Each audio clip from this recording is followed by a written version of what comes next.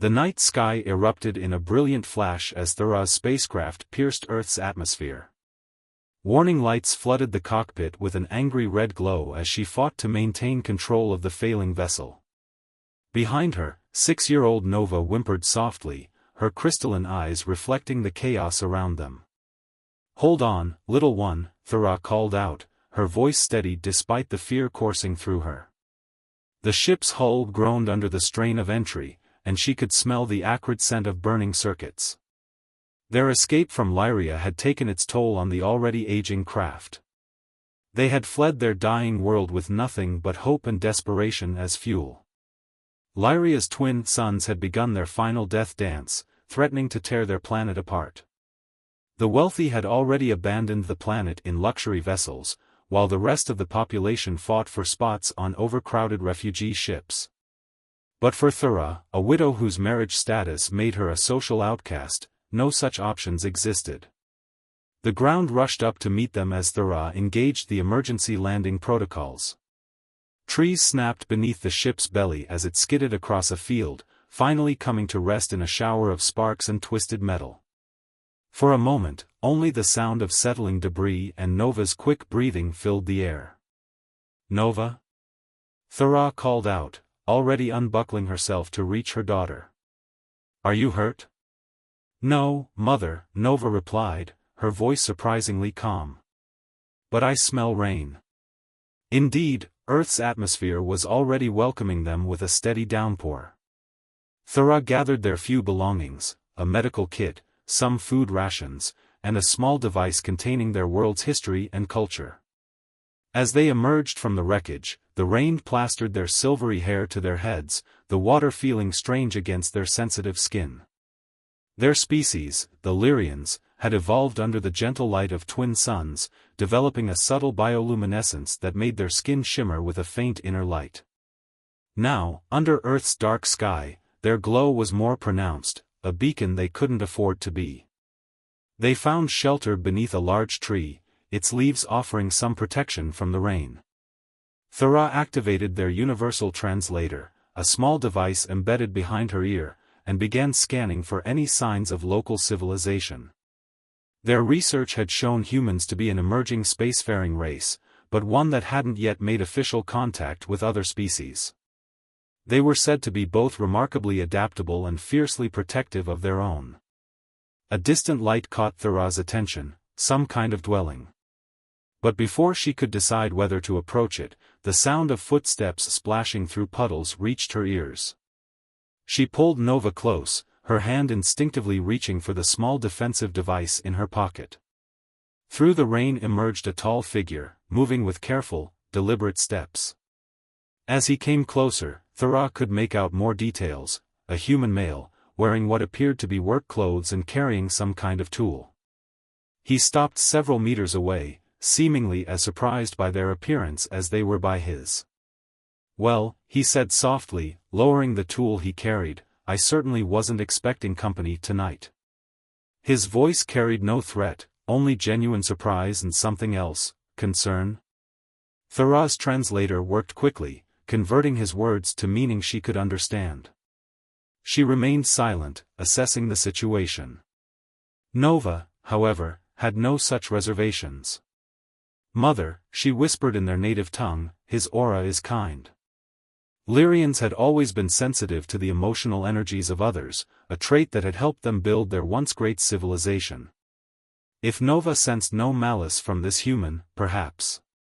"We mean no harm," Thura said carefully, the translator converting her words to English. "Our ship, we had no choice but to land." The man nodded slowly, looking past them to where smoke still rose from their crashed vessel. "Name's Daniel," he said, then gestured to the light in the distance. "I've got a warm house and dry clothes, if you're interested."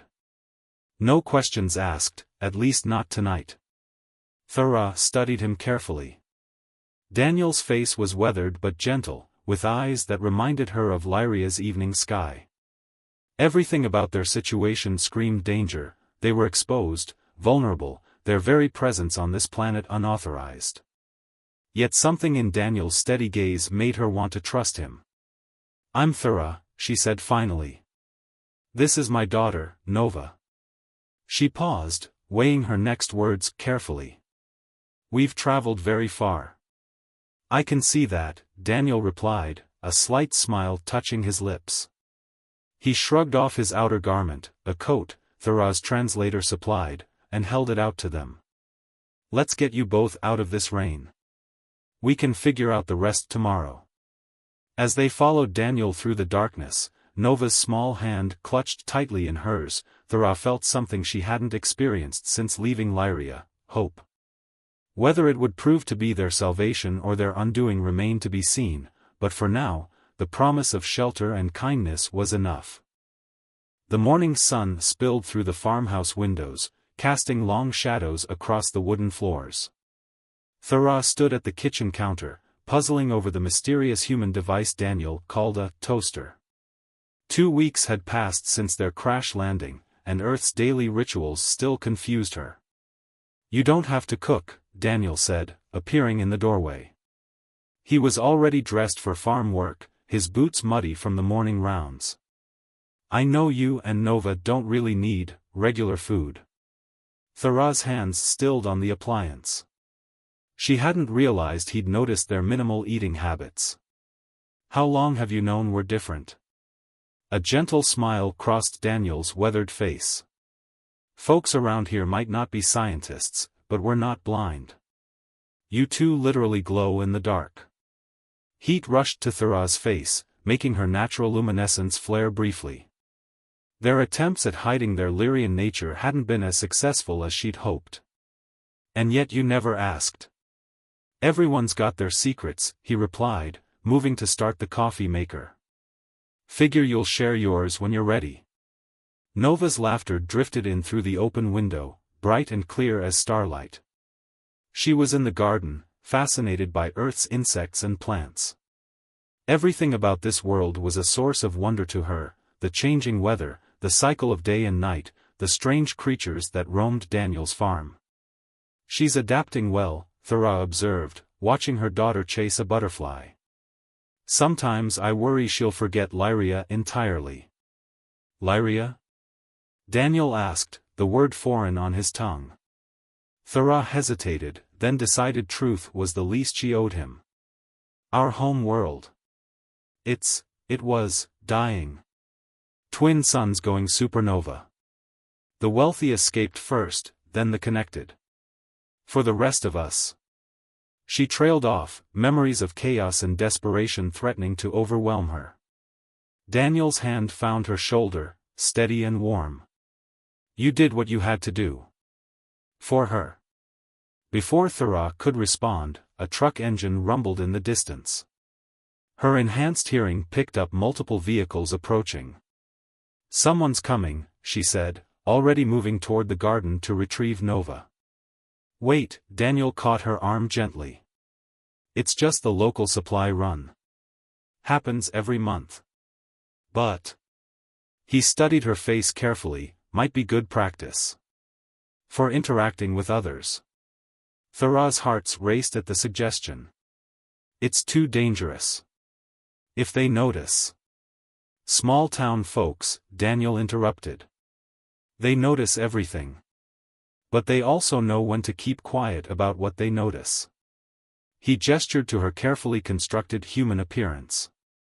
Besides, you've got your disguise. Just, be yourself. Sometimes the best way to hide is in plain sight. The supply truck arrived with 2 other vehicles, locals sharing the delivery route. Thura watched from the porch as Daniel greeted them, his manner easy and natural. Nova pressed against her side, both curious and cautious. Dan! A woman called out, climbing down from one of the trucks. Thought you might need extra feed this month. And who's this? Daniel's response was smooth, practiced. Margaret, meet Thura and her daughter Nova. They're staying with me for a while, helping with the farm. Margaret's eyes were kind but shrewd as she looked them over. City folk, she asked, noting their pale complexion. Up north, Thura replied, the practiced lie feeling heavy. We needed a change of scenery. Something in Margaret's expression softened. Don't we all, honey? Don't we all? She turned to Nova, pulling a candy from her pocket. Here, sweetie. Fresh from the store. Nova looked to her mother for permission before accepting the treat. When she smiled in thanks, her eyes caught the sunlight, reflecting it with an almost crystalline quality. Thera tensed, but Margaret just chuckled. Pretty eyes, just like my niece's. Must be those northern genes. The rest of the supply delivery passed in a blur of introductions and small talk. Thera found herself relaxing fractionally as each interaction passed without incident. These humans, with their casual kindness and deliberate oversight of oddities, were different from what she'd expected. Later, as the sun set and Nova practiced writing English letters at the kitchen table, Daniel found Thera on the porch. You did good today, he said, offering her a mug of something warm. They liked you. They were being polite, Thera replied, but accepted the drink. On Lyria, integration was discouraged. Different social classes, different genetic lines, we stayed with our own kind. Sounds lonely. It was efficient, she corrected, then sighed. But yes, lonely. Especially after Nova's father. She stopped, the wound still too fresh. Daniel leaned against the porch railing, his presence somehow both solid and undemanding. What happened to him? He chose status over family, Thera said simply.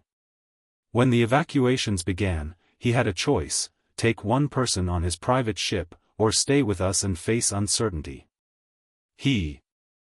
Her voice cracked slightly, he chose his research assistant. The silence that followed was heavy with shared understanding. Finally, Daniel spoke, his voice low and intense. His loss. In every way that matters.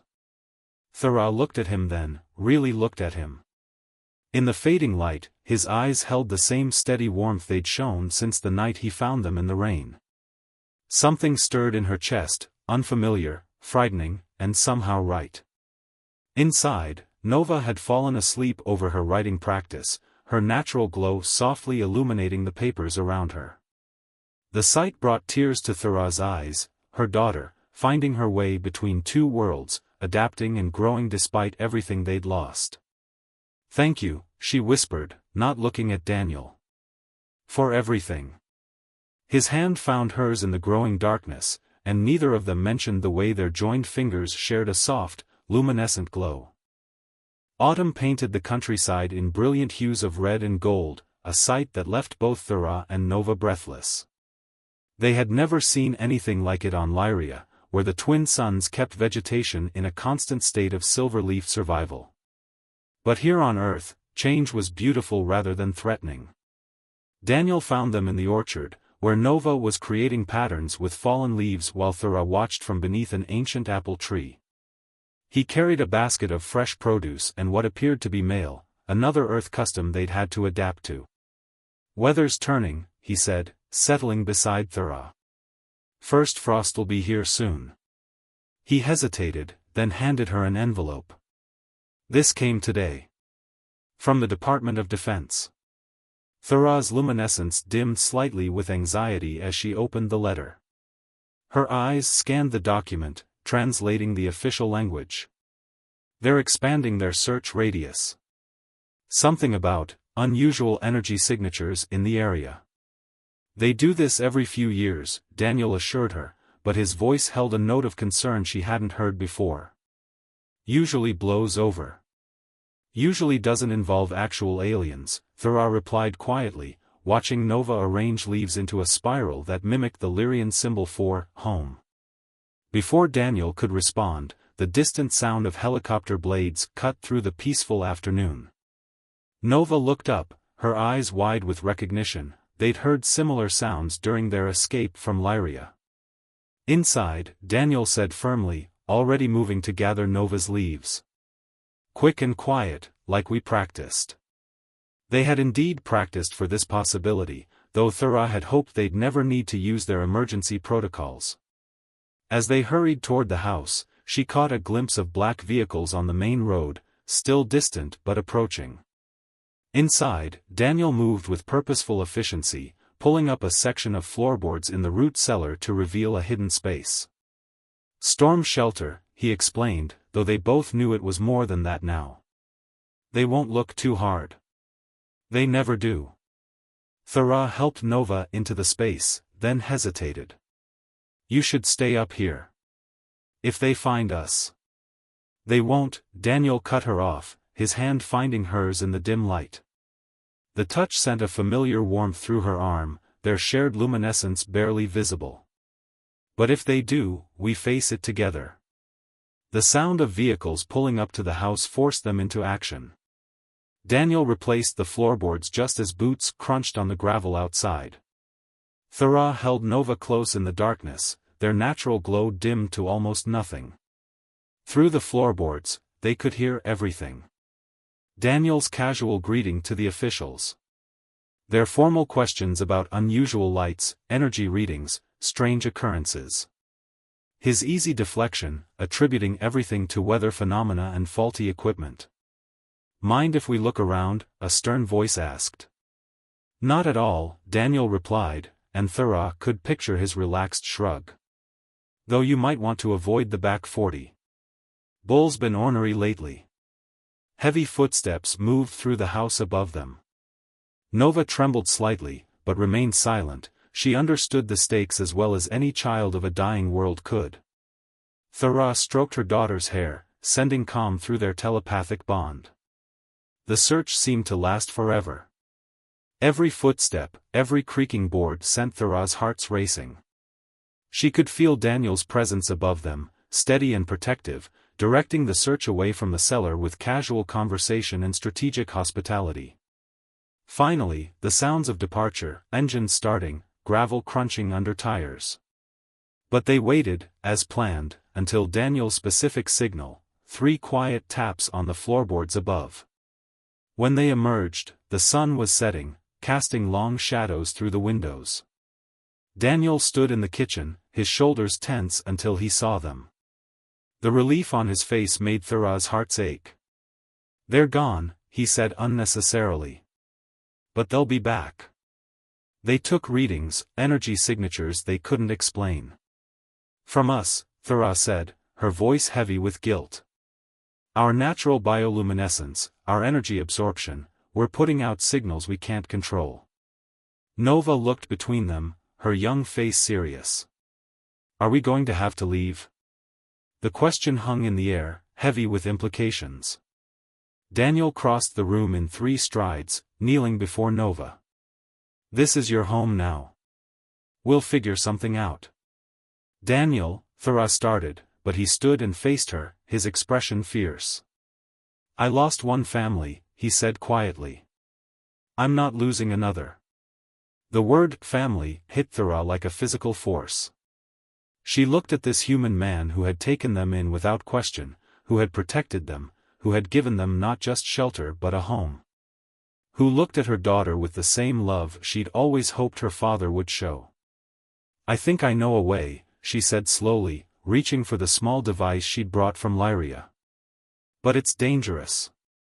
And it would bind us to this place, to you, in ways that can't be undone. Daniel's eyes met hers, understanding dawning. The glowing, he said. When we touch. That's not just you, is it? Thera shook her head. Lyrians can form energy bonds, it's how we share strength, how we heal. It's already happening between us, unconsciously. If we complete it. She took a deep breath. It would mask our energy signatures, make them appear human. But it would also link us, permanently. Like a marriage? Nova asked innocently, making both adults start. Something like that, Thera said softly, not taking her eyes off Daniel. But deeper. There's no breaking it, no changing your mind later. Daniel was quiet for a long moment, his gaze moving between Thera and Nova. Outside, the first stars were appearing in the darkening sky. Finally, he spoke, his voice sure and steady. Show me how. The bonding ritual was unlike anything Daniel had ever experienced. In the pre-dawn darkness of the farmhouse's root cellar, Thera had arranged crystals from her homeworld in a pattern that mimicked the constellation under which she was born. Nova sat at the edge of the circle, her natural glow providing the only illumination. Last chance to change your mind, Thera said softly, holding out her six-fingered hand. The crystals pulsed with a gentle rhythm that matched her heartbeats. Daniel took her hand without hesitation. I made my choice the night I found you in the rain. The energy began as a warm tingle where their hands met, then spread like sunlight through water. Daniel gasped as new sensations flooded his consciousness, the subtle vibrations of the earth beneath them, the whisper of starlight against skin, the gentle push and pull of gravitational forces he'd never known he could feel. Open your mind, Thera whispered, her voice seeming to come from both outside and inside his head. Don't fight the connection. Images flashed through his mind, Lyria's twin suns setting behind crystal spires, the taste of light fruit bursting on his tongue, the weightless feeling of dancing in low gravity during festivals.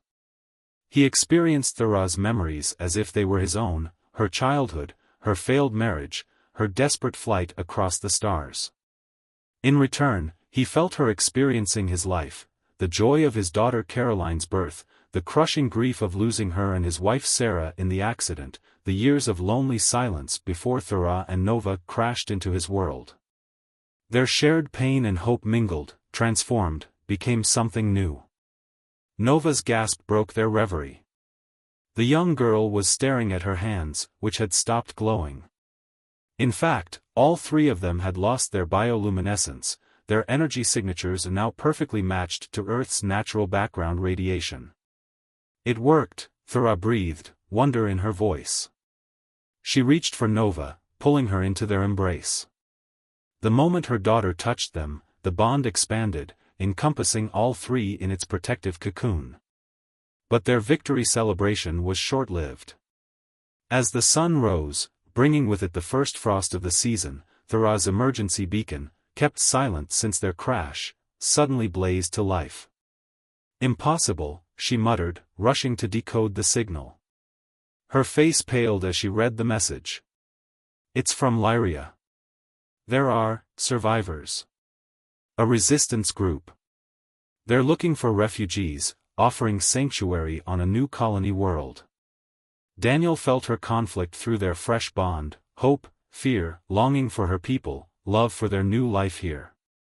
The emotions were so strong they made him dizzy. You should sit down, Nova said, touching his arm with concern. The gesture sent a spark of energy through their connection, steadying him. The bond needs time to stabilize, Thera explained, still staring at the beacon. Our energies are still adjusting, learning each other's patterns. What does the message mean for us? Daniel asked, though he could feel her uncertainty roiling through their connection. They're asking for a response, she said quietly. They want coordinates, to send a rescue ship. She looked at him, her eyes carrying the weight of worlds. They're my people, Daniel. The last of our kind, trying to rebuild. Our people, he corrected gently, taking her hand. The touch sent another wave of sensation through their bond, love, commitment, understanding. Whatever you decide, we face it together. Nova climbed into his lap, her small form fitting perfectly against him. Through their shared connection, he felt her contentment, her sense of finally belonging somewhere. The thought of uprooting her again made his heart ache. There's more, Thera said, her voice tight. The signal, it's being tracked. Earth's defense systems are more advanced than we realized. They detected it almost immediately. As if to confirm her words, the distant sound of helicopters returned, closer this time. But now they could feel the vibrations through the Earth itself, count the number of vehicles by their energy signatures alone. The bond, Daniel realized. It's not just masking us, it's enhancing us. Making us stronger. Thera nodded. It's a survival mechanism, evolved over generations of living with unstable suns. We share strength, adapt together. She reached for the beacon, her hands trembling slightly. But we have to decide now. Respond to the signal and wait for rescue, or stay and fight for our home here, Daniel finished. Through their bond, he felt her surprise at his use of our. But it was true, in the space of one ritual, they had become something new, neither fully human nor fully Lyrian. Nova stood up suddenly, her face set with determination that reminded Daniel painfully of Caroline. I want to stay, she declared. Earth has butterflies. A smile tugged at Thera's lips despite the gravity of the situation. But before she could respond, the sound of vehicles pulling up to the farm cut through the morning quiet. This time, they didn't run to the cellar. Standing together, their hands linked, they could feel the energy patterns of the approaching soldiers, the electronic hum of their equipment, the very air vibrating with possibility. Whatever happens, Daniel said, squeezing their hands, we're stronger together. Thera nodded, reaching for the door. Through their bond, he felt her decision crystallize. They would face what came next not as refugees seeking shelter, but as a family defending their home. The energy hummed between them, ready. The morning sun cast long shadows across the farmhouse as military vehicles surrounded the property. Through their newly formed bond, Daniel, Thera, and Nova could sense the mix of fear, curiosity, and determination emanating from the soldiers taking position outside. Remember, Thera whispered, the bond makes us stronger together, but it also makes us vulnerable together. If anything happens. Nothing's happening to any of us, Daniel interrupted, his hand steady on her shoulder. Through their connection, his conviction flowed like warm sunlight, strengthening them all. The front door burst open, and armed soldiers poured in, weapons raised. But they stopped short at the sight before them, not dangerous aliens, but what appeared to be a family standing calmly in their kitchen, Nova's small hand held firmly between Daniel and Thera's. A woman in a dark suit stepped forward, her badge identifying her as Dr. Rebecca Winter, Special Sciences Division. Her eyes narrowed as she studied them, particularly the way their joined hands seemed to shimmer slightly in the morning light. We detected an extraterrestrial signal from this location, she stated, her voice clinical but not hostile. Along with some unusual energy patterns. That would be us, Thera said calmly, drawing strength from Daniel's presence. Though as you can see, we're hardly a threat. Through their bond, they could feel Dr. Winter's genuine curiosity warring with her professional caution. She gestured for the soldiers to lower their weapons, then stepped closer, her scientific interest clearly piqued. You're not just aliens, she said, looking between them. Something's different. The energy readings we're getting now are hybrid. Almost human, but not quite. How? Nova spoke up, her voice clear and unafraid. We're family now. For real. Watch. She held up her free hand, letting a small spark of their shared energy dance across her fingers, not the pure Lyrian glow of before, but something new, a perfect blend of earthly and alien light. Dr. Winter's eyes widened. Fascinating. A biological energy bond? The implications for science, for human evolution, are not yours to study, Daniel cut in firmly.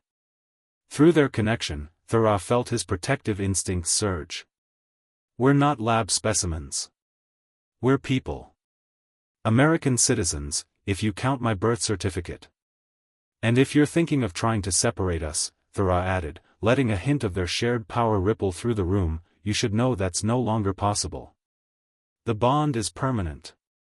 Harm one of us, you harm all of us. The soldiers shifted uncomfortably as the air itself seemed to hum with potential energy. Dr. Winter held up her hands in a peaceful gesture. That won't be necessary, she said, then smiled slightly. Actually, you might be exactly what we've been hoping for. She reached into her briefcase and pulled out a file. We've known about extraterrestrial life for decades. What we've lacked is a way to bridge the gap, to prove peaceful coexistence is possible. A family like yours, you could be the key to humanity's first official steps into the galactic community. Through their bond, Daniel felt Thurah's surprise and hope mingling with his own skepticism. Nova's excitement bubbled through their connection like champagne. "What exactly are you proposing?" Thurah asked carefully. "Stay here, live your lives," Dr. Winter replied. "Let us document your integration, carefully, respectfully, on your terms. Show the world that different species can not only coexist but create something beautiful together. When the time comes for official first contact, your family will have paved the way."